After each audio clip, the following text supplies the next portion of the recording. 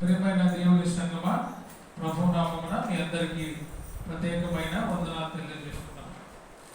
మనమందరం కూడా ఈ లోకంలో జీవిస్తున్న మనమందరం కూడా ఒకరినొకరు ఏ విధంగా ఉండాలి, ఒకరినొకరు ఏ విధంగా జీవించాలి అనే మాట ఈరోజు మనం నేర్చుకుంటున్నాం. పరిశుద్ధ గ్రంథంలో 1 తెస్సలోనిక 5వ అధ్యాయము 11వ వచనాన్ని చదువుకుందాం. ఒకరినొకరు ఏ విధంగా ఉండాలి అనే మాట ఈరోజు మనం చూస్తున్నాం. సహోదరులమైన మనము, ఈ లోకంలో జీవిస్తున్న మనము ఏ విధంగా బ్రతకాలి అనే మాటను మనం చూసుకుందాం. 1 తెస్సలోనిక 5వ అధ్యాయము 11వ వచనం చదవండి. 1 తెస్సలోనిక 5వ అధ్యాయము 11వ వచనం. కాబట్టి మీరిప్పుడు చేయుచున్నట్టుగానే ఒకరినొకరు ఆదరించి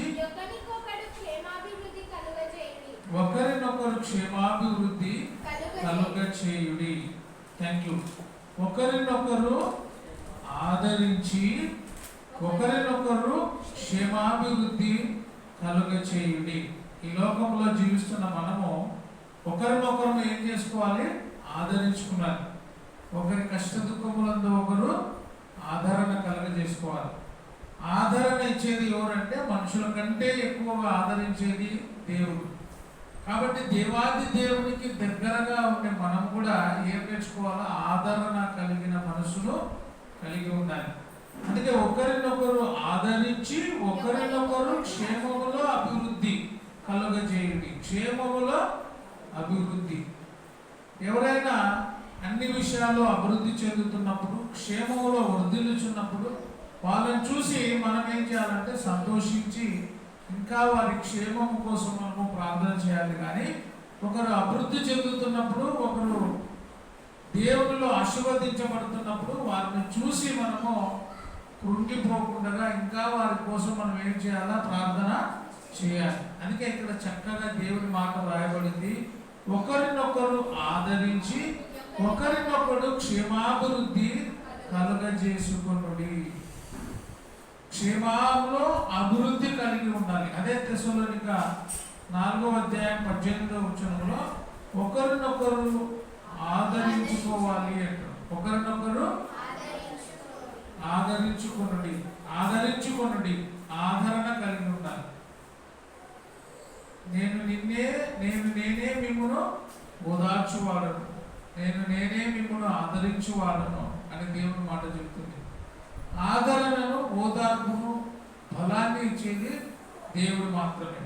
ఆ దేవుని వాక్యము ధ్యానిస్తున్న మనం కూడా ఆదరణ కలిగి క్షేమములో అభివృద్ధి కోసము పాటుపడేటువంటి బిడ్డలుగా ఉండాలి.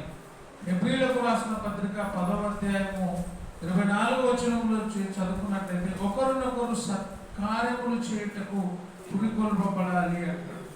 ఒకరినొకరు ఏ కార్యములు? సత్కార్యములు అంటే మంచి కార్యములు. మంచి కార్యములు ఏమున్నాయి? ఎవరికైనా బీదలకు సహాయం చేయడము ఒక మంచి కార్యం. దేవుని పని కోసము పాటుపడడము ఒక మంచి కార్యం. దేవుని యొక్క సంఘం అనే సహవాసంలో పాలుపంచుకోవడము మంచి కార్యం. యెహోవాను స్తుతించుట మంచి కార్యములో ఒకరినొకరు పురికొల్పబడాలి. ఒకరినొకరు చూసి నేర్చుకోవాలి. ఎవరైనా బాగా దేవుని మందిరానికి పోతున్నప్పుడు, బాగా పాటలు పాడుతున్నప్పుడు, బాగా వాక్యము చదువుతున్నప్పుడు, ఆత్మీయతలు ఎదుగుచున్నప్పుడు వారిని చూసి మనం కూడా ఏం చేయాలా? నేర్చుకోవాలి, పురికొల్పబడాలి. ఒకరిని చూసి ఒకరు నేర్చుకోవాలి. ఒకరిని చూసి ఒకరు నేర్చుకోమన్నారు అని ప్రార్థనకు రానోళ్ళని చూసి మనం కూడా రాకుండా ఉండేది కాదు. వచ్చే వాళ్ళని చూసి ఇంకా ఉత్సాహంగా మనం వచ్చుటకు నేర్చుకోవాలి. మీరే చెప్పినారు కదా, ఒకరు చూసి ఒకరు నేర్చుకోవాలి. వాళ్ళు ప్రార్థనకు రావడం లేదు, ఇంటికానే ఉన్నారు కాబట్టి మేము కూడా ఇంటి దగ్గరనే ఉన్నాము అని. అది కాదు మనం నేర్చుకోవాల్సింది. మంచిని నేర్చుకోవాలి. మంచిది ఎక్కడుంది?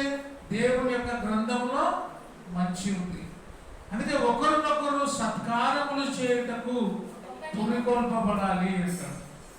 ఏ కార్యములు? సత్కార్యములు, మంచి కార్యములు. చాలా చాలా గొప్ప మాటలు దేవుని గ్రంథంలో రాయబడి ఉన్నాయి. బీదలను కనికరించేవాడు దేవునికి అప్పించేవాడు. ఇది మంచి కార్యం. ఇది మనుషులకు అప్పిస్తారు, కానీ దేవునికి అప్పియాలంటే బీదలను మనం ఏం చేయాలా? కనికరించాలి, వారిని ఆదుకోవాలి. అది మంచి కార్యం. మంచి కార్యము చేయుటకు, సత్కారము చేయుటకు ఒకరినొకరు పురికొల్పబడాలి. తర్వాత కొలసీలకు రాసిన పత్రిక 3వ అధ్యాయం 16వ వచనంలో ఒకరినొకరు బోధించాలి, ఒకరికొకరు సరి చేసుకోవాలి అని ఉంటుంది. చూడండి, కొలసీలకు రాసిన పత్రిక 3వ అధ్యాయము 16వ వచనం. ఒకరినొకరు బోధించుచు, బుద్ధి చెప్పుచు, కృపాసహితముగా మీ హృదయములలో దేవుని గూర్చి గానము చేయుచు,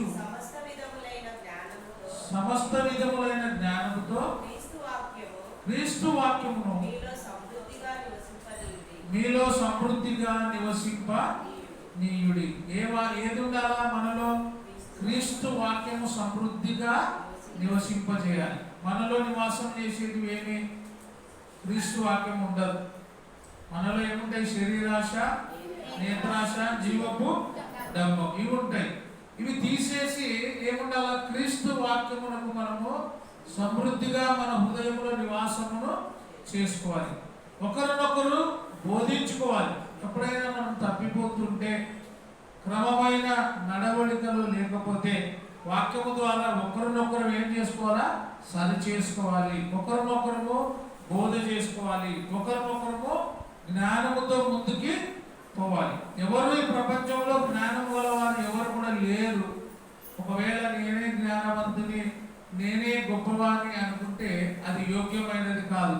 ప్రభు మెచ్చుకుని వాడే యోగ్యుడు, కానీ తాను మెచ్చుకుని వాడు యోగ్యుడు కాదు. ఎవరు కూడా జ్ఞానవంతులం కాదు, ఎవరము యోగ్యులము కాదు. మనల్ని గురించి దేవుడు మెచ్చుకోవాలి. మనల్ని చూసి దేవుడు ఏమనాలంటే, బలా నమ్మకమైన మంచి దాసుడా అని దేవుడు మన గురించి మెచ్చుకునే వారుగా ఉండాలి. అందుకే ఒకరినొకరు బోధించుకోవాలి, ఒకరికొకరు సరి చేసుకోవాలి, జ్ఞానంలో ఎదగాలి, వాక్యమును మన హృదయంలో ఉంచుకొని అభివృద్ధి చేసుకోవాలి. అభివృద్ధి ఎట్లా చెందుతామో? చదవడం ద్వారా, దానిని హృదయంలో పెట్టుకోవడం ద్వారా అభివృద్ధి చేస్తాం. ఊరికే చదువుకుంటూ పోతే అది మన హృదయంలోనికి రాదు. చదవాలా, దాని గురించినటువంటి అర్థాన్ని మనము తెలుసుకోవాలి. అందుకే దేవుడి మాట మన హృదయంలో దివారాత్రములు దాన్ని ధ్యానించేవాడు ధన్యుడు అని చెప్తుంది. ఒకరినొకరు ప్రతిరోజు ప్రతిదినము బుద్ధి చెప్పుకోవాలా. హెబ్రీయులకు రాసిన పత్రిక 3వ అధ్యాయం 13వ వచనం. హెబ్రీయులకు రాసిన పత్రిక 3వ అధ్యాయము 13వ వచనం. నేడు మీరు ఆయన శబ్దమును వినిన యెడల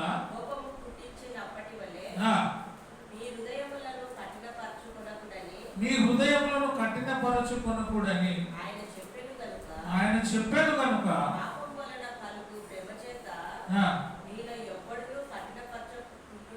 మీలో ఎవడను కఠినముగా ఉండకుండానట్లు నేడు అను సమయం ఉండగానే ప్రతి దినము ఒకరినొకరు ఏం చెప్పుకోవాలా? బుద్ధి చెప్పుకోవాలి. నేడు అనే సమయం ఉండగానే, దేవుడు ఇచ్చిన ఈ రోజు మనకు ఉండగానే, ఈరోజు లేకపోతే మనకెవరు బుద్ధి చెప్పేది? మనం ఎవరికి బుద్ధి చెప్పేది? ఈరోజు దేవుడు మనకి ఇచ్చినాడంటే అది చాలా గొప్ప ఆశీర్వాదమే. ఈరోజు ఇచ్చినాడు కాబట్టి నేడు అనే దినం ఉండగానే ఒకరినొకరు ఏం చెప్పుకోవాలంట? ప్రతి దినము ఒకరినొకరు బుద్ధి చెప్పుకోవాలి. బుద్ధి విజ్ఞానములు సర్వసంపదలు ఎక్కడున్నాయి? ఆయనదే గుప్తములైనవి. కాబట్టి వాక్యములు చదువుకోవడం ద్వారా మనకు బుద్ధి కలుగుతుంది. మన బుద్ధి సరిచేయబడుతుంది. మన బుద్ధి సరైన బుద్ధిగా మారుతుంది. వంకర బుద్ధి సరైన మార్గంలోకి ఎప్పుడు నడిపించబడతాడంటే, వాక్యము చదివినప్పుడు ఒక వంకర బుద్ధి గల వాడు కూడా ఏమవుతాడు? మంచి బుద్ధిలోనికి వస్తాడు. వాక్యము సుత్తె వలె సరిచేస్తుంది. వాక్యము అగ్నిలా కాల్చేస్తుంది. కాబట్టి చెత్తను వాక్యము కాల్చేస్తుంది, వంకర దానిని సుత్తె చేత సరిచేయచ్చు. కాబట్టి వాక్యము ప్రతి మనిషిని కూడా సరిచేసేదిగా ఉంది. ప్రతి మనిషిని కూడా ప్రతి దినము వాక్యము చేత మనమే ఏం చెప్పుకోవాలా? బుద్ధి చెప్పుకోవాలి. ఆ వాక్యం మనల్ని హెచ్చరిక చేస్తుంది. వాక్యం మనల్ని పరలోక మార్గానికి తీసుకుపోయేటువంటి ఒకే ఒక మార్గం ఏదంటే సత్యమైన మార్గం. అదే దేవుని యొక్క వాక్యం. ప్రభువైన యేసుక్రీస్తు అదే అంటాడు, నేనే మార్గమును, నేనే సత్యము, నేనే జీవం. నా ద్వారానే తప్ప ఎవరు కూడా తండ్రి దగ్గరికి రాడు. ఆయన యందు విశ్వాసం ఉంచాలి, ఆయన యందు భయభక్తులు కలగాలి. ప్రతిరోజు మనం వాక్యం ద్వారా హెచ్చరిక చేయబడాలి. ప్రతిరోజు వాక్యం ద్వారా మనం బుద్ధి చెప్పుకోవాలి. ఇది దేవుడు చెప్తున్న మాట. ఒకరినొకరు ఏం చేసుకోవాలి? ఇంకా క్షేమకరమైన మాటలు చెప్పుకోవాలంట. ఎఫెసీయులకు రాసిన పత్రిక 4వ అధ్యాయము 29వ వచనం. ఎఫెసీయులకు రాసిన పత్రిక 4వ అధ్యాయము 29వ వచనం. వినువారికి మేలు కలుగునట్లు. మనం మాట్లాడే మాట వినేవారికి ఏం కలగాల? కొన్ని మాటలు ఉంటాయి, వెన్నుపోటు మాటలు, గెన్నే మాటలు, ఇతరులను కించపరిచే మాటలు. ఆ మాటలు, మనం మాట్లాడే మాటలు ఒకరికి దుఃఖాన్ని కలిగించకూడదు, ఒకరిని ఎగతాళి చేసేదిగా ఉండకూడదు. ఒకవేళ అట్లా ఉంటే మనమే ఏం చేయాలా? బుద్ధి చెప్పుకోవాలా, సరి చేసుకోవాలా, మనమే మార్గాన్ని దిద్దుకోవాలి. ఇక్కడ ఏం చెప్తున్నాడు అంటే చూడండి, వినువారికి ఏం కలగాల? మేలు కలుగున్నట్టు. వినేవారికి ఎక్కసం రాకూడదు. అబ్బా ఈ మాటలు ఇదేమబ్బా, వీళ్ళ మాటలు మేము వినడం మా చేత కాదు, వాళ్ళ నోట్ల నుండి వచ్చే మాటలు చాలా అసహ్యమైనవి, భయంకరమైనవి అనేట్టుగా ఉండకుండా మన మాట ఎట్లా ఉండాలా? మేలు కలుగున్నట్లు, అవసరమును బట్టి క్షేమాభివృద్ధికరమైన అనుకూల వచనమే పలకాల. ఏ వచనము? అనుకూలమైన వచనమే పలకాలి. క్షేమాన్ని కలిగించే మాటలు పలుకుడు కానీ దుర్భాష ఏదైనాను మీ నోట రానియకుడి. దుర్భాషలు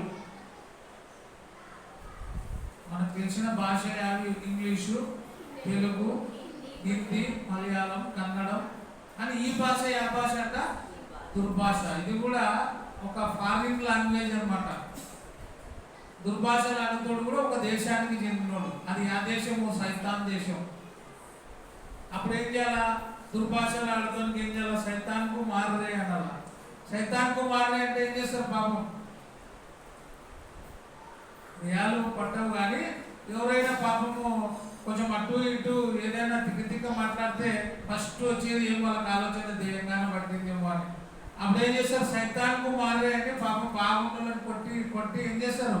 మెత్తగా చేస్తారు. బాగున్నోడు కూడా ఏమవుతాడు? మెత్తగా అవుతాడు. కాబట్టి మనము ఏమిటంట? క్షేమకరమైన మాటలే పలుకుడు కానీ మీ నోట దుర్భాష. ఏ భాష అది? మబ్బు భాషలో, కాదర్ భాషలో కాదు. ఇది ఆ భాష దుర్భాష, చెడ్డ భాష. దీని కూడా ఒక భాష ఉంది కదా. ఏం భాష మాట్లాడుతావు? భాష అదేమన్నా మాట్లాడేది మంచి మాట నాటం కదా, ఆ భాష మాట్లాడకూడదు. దుర్భాష ఏదైనా మీ నోట రానియకుడి. దుర్భాష ఏదైనా మీ నోట, దుర్భాష వస్తే దేవుడు బాధపడతాడు. దుర్భాష వచ్చిందనుకోండి మన నోట నుండి మనమే సరి చేసుకోవాలి. ఎట్లా? వాక్యము ద్వారా సరి చేసుకోవాలి. ఇప్పుడు ఈ మాట చదివితే దుర్భాష మాట్లాడాలన్నా కూడా త్వరగా భయభక్తులు గలవానికి దుర్భాష నోట రాదు. ఎందుకంటే బైబుల్ మన నోటికి తాళం వేసేస్తుంది. దుర్భాష ఏదైనా కూడా రాకుండా ఒకరినొకరు చూసుకోవాలి. 4వ అధ్యాయం ఎఫెసీయులోనే 4వ అధ్యాయం 32వ వచనం. ఒకరి ఎడల ఒకరు దయ కూడా కలిగి ఉండాలి. ఏది ఉండాలా? దయ కలిగి కరుణాహృదయులై క్రీస్తునందు దేవుడు మిమ్మల్ని క్షమించిన ప్రకారం ఒకరినొకరు మీరును అంటే ఏం చెప్పుకోవాలి? ఒకరినొకరు ఏదైనా చెప్పినప్పుడు సారీ, క్షమాపణ చెప్పుకోనుడి. ఎప్పుడైతే ఒకరికొకరు క్షమాపణ చెప్పుకుంటామో వాళ్ళ మధ్య ఏముండదు? దూరం ఉండదు, వాళ్ళ మధ్య ద్వేషము ఉండదు. అంటే అప్పటికి అయిపోతుంది. ఇంకా ఏమనుకోవద్దు సారీ అంటే అప్పుడు ఏమవుతుంది? అన్నమాట అక్కడికి చెల్లుబాటు అయిపోతుంది. క్షమించమని కోరాలి అంటారు. ఒకరినొకరు క్షమించుకొని ఒకరినొకరు దుర్భాషలు ఏదైనా మాట్లాడకుండా క్రీస్తు మిమ్మల్ని ప్రేమించిన ప్రకారము క్షమించిన ప్రకారము మీరును కూడా ఒకరినొకరు క్షమించుకుని ఒకరినొకరు క్షమించాలా, ఒకరినొకరు ప్రేమించాలి. అది దేవుడు చెప్తున్న మాట. దేవుడు లోకమును ఎంతో ప్రేమించాడు. లోకములో ఎవరున్నారు? మంచోళ్ళు ఒక్కరే ఉన్నారా? రకరకాల బుద్ధులు కలిగిన వాళ్ళు ఉన్నారు, రకరకాల ఆలోచనలు కలిగిన వాళ్ళు ఉన్నారు, రకరకాల దుర్భాషలు ఆడే వాళ్ళు ఉన్నారు. కానీ దేవుడు అందరిని ప్రేమించి అందరిని క్షమించి అందరి కోసం ఏమైనాడు? ఆయన బలియాగమైనాడు. శిలువలో తన ప్రాణాలను అర్పించి ఉన్నాడు. అందుకే ఆయన ఏమైనాడు? రాజులకు రాజు, ప్రభువులకు ప్రభు అయినాడు. ఆయన కార్చిన రక్తము చేత ప్రతి వారికి పాప క్షమాపణ కలుగుతుంది. కాబట్టి దేవుడు చూపినటువంటి ఆ ప్రేమను మనము కలిగి ఉండాలా, దయ కలిగి ఉండాలా, క్షమించాలా, క్షేమకరమైన మాటలు పలకాలా, బుద్ధి చెప్పుకోవాలి, బోధించుకోవాలి, సత్కారం చేయాలి, ఆదుకోవాలి, ఒకరినొకరు ప్రేమను కలిగి ఉండాలి. 4వ అధ్యాయము 32 చదువుతుంది కదా. ఇప్పుడు రోమీలకు రాసిన పత్రిక 15వ అధ్యాయము 1-2 వచనాలు. రోమీలకు రాసిన పత్రిక 15వ అధ్యాయము 1-2 వచనాలు. కాగా బలవంతులమైన మనము మనలను మనమే బలవంతులైన వాళ్ళు వాళ్ళే ఏం చేస్తారు? సంతోషపరుచుకుంటారు. బలహీనులను ఏం చేస్తారు? ఇంకా బలహీనులుగా చేస్తారు. ఒక బలవంతుడు బలహీనుడిని ఇంకా బలహీనుడుగా చేయాలని ప్రయాసపడతాడు. ఒక బలవంతుడు బలహీనుడిని బలపరచాలని ఎప్పుడు కూడా ఆలోచన ఉండదు. అందుకే ఇక్కడ ఏం చెప్తుంది? కాగా బలవంతులమైన మనము మనలను మనమే సంతోషపరచుకొనక, నీకు నీవే బలవంతుడవై నీకు నీవే సంతోషపరచుకొనక భక్తిహీనుల దౌర్బల్యమును భరించుటకు బద్ధులమై ఉన్నాము.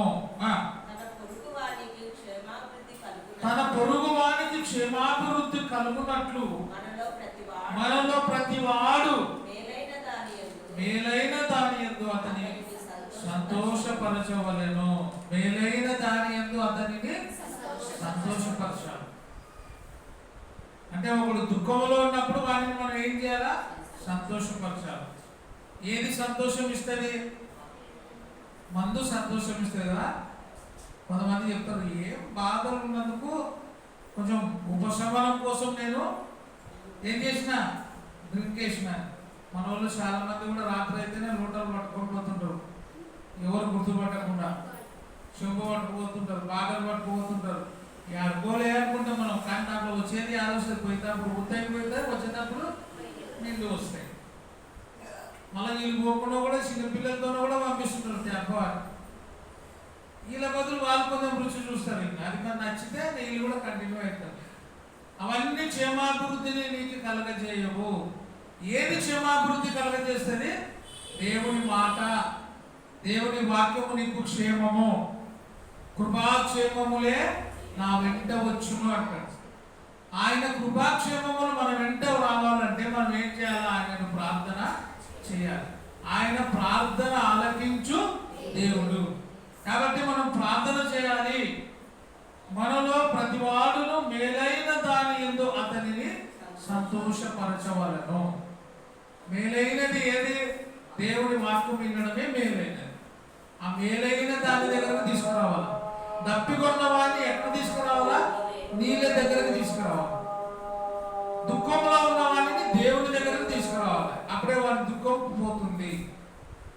మేలైన దాని దగ్గరకు వాడిని తీసుకురావాలి. ఆ మేలు ఎక్కడ ఉండే? దేవుడి సన్నిధిలో నిత్య సంతోషం. నీ సన్నిధానములో సంపూర్ణ సంతోషం. ఆరాధించుకునే విలువైన అవకాశం. ఈ అవకాశాన్ని మనం పోగొట్టుకోకూడదు. దేవుని సన్నిధిలో ఆరాధించడం, దేవుని ఘనపరచడం మనం ఎప్పటికి కూడా పోగొట్టుకోకూడదు. చివరిగా ఒక మాట చదువుకుందాం. ఒకరి సుఖ దుఃఖముల యందు ఒకరు పాలు పంచుకోవాలంట. 1 పేతురు 3వ అధ్యాయము చూడండి, అది వచనం. 1 పేతురు 3వ అధ్యాయము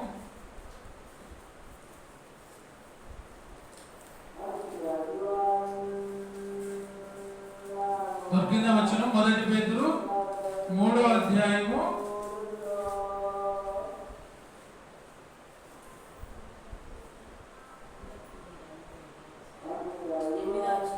8వ వచనం. 8వ వచనం. తుదకు మీరందరూ ఏక మనసు గలవారై, ఒకే మనసు గలవారై, ఒకరి సుఖ దుఃఖముల యందు ఒకరు ఒకరి సుఖ దుఃఖముల యందు ఒకరు పాలుపడి